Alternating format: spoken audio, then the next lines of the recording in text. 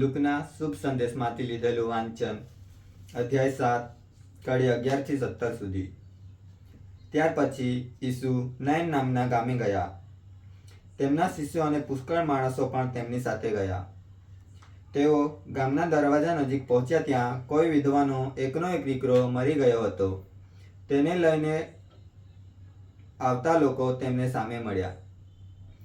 ગામમાં પુષ્કળ લોકો તે બાઈ સાથે હતા. તેને જોઈને પ્રભુને દયા આવી અને તેમણે તે બાઈને કહ્યું, રડીશ નહીં.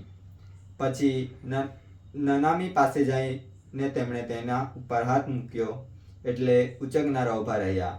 પછી ઈસુ બોલ્યા, જુવાન માણસ, તને હું કહું છું કે બેઠો થા. ત્યાં તો તે મરેલો માણસ બેઠો થઈને બોલવા લાગ્યો, અને ઈસુએ તેને તેની માને સોંપી દીધો. બધા ભયભીત થઈ ગયા અને ઈશ્વરની સ્તુતિ કરી કહેવા લાગ્યા, આપણી વચ્ચે મોટા પૈગંબર ઉદય પામ્યા છે. ઈશ્વરે પોતાની પ્રજા ઉપર કૃપા દ્રષ્ટિ કરી છે. ઈસુ વિશેની આ આખી વાત આખા યહૂદિયા પ્રાંતમાં અને આસપાસના બધા પ્રદેશોમાં ફેલાઈ ગઈ. આ પ્રભુની વાણી છે, તે આપનો આધાર છે. જય ઈસુ વાળા ધર્મજનો, આજે માતા ધર્મસભા બે મહાન સંતોનો તહેવાર ઉજવે છે. સંત કોર્નેલિયસ, જે ઈસવીસન 251માં પોપ બન્યા હતા, અને સંત સાયપ્રિયન, જે એ સમયે બિશપ હતા. મારા વાલા ધર્મજનો, આજે શુભ સંદેશમાં આપણે સાંભળ્યું કે ઈસુ નાઈનના શહેરમાં પ્રવેશ કરે છે અને ત્યાં એક વિધવા પોતાના બાળકના પાર્થિવ દેહને લઈને જતા હોય છે. એક બાજુથી ઈસુ પસાર થાય છે અને બીજી બાજુથી વિધવા અને પેલું ટોળું પાર્થિવ દેહને પસાર થાય છે.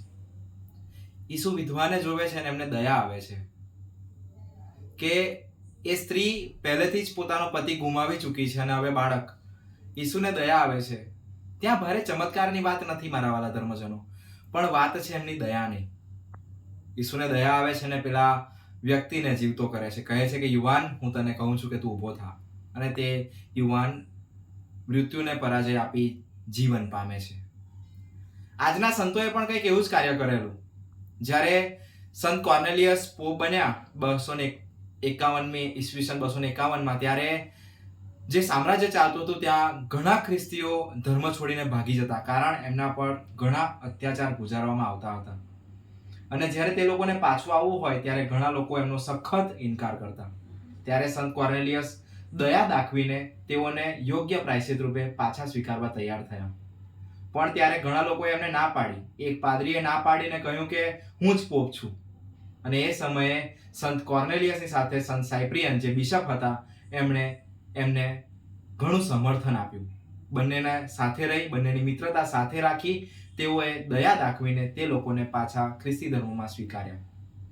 આજે ઈસુ એ જ કરે છે. ઈસુ દયા દાખવે છે, પસ્તાવો સાંભળે છે અને પેલા જુવાન વ્યક્તિને પોતાની વિધવા સ્ત્રી માટે, પેલી માં છે એમની માટે પોતાના બાળકને જીવિત કરે છે. જય ઈસુ.